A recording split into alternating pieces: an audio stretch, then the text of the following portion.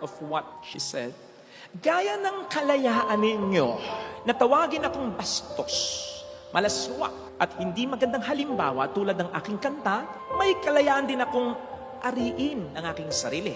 Kasama dito ang pag-aari ko sa aking katawan, sa aking pagkababae, at higit sa lahat, ang pag-aari ko sa nais kong gawin, sabihin, kantahin, o sayawin.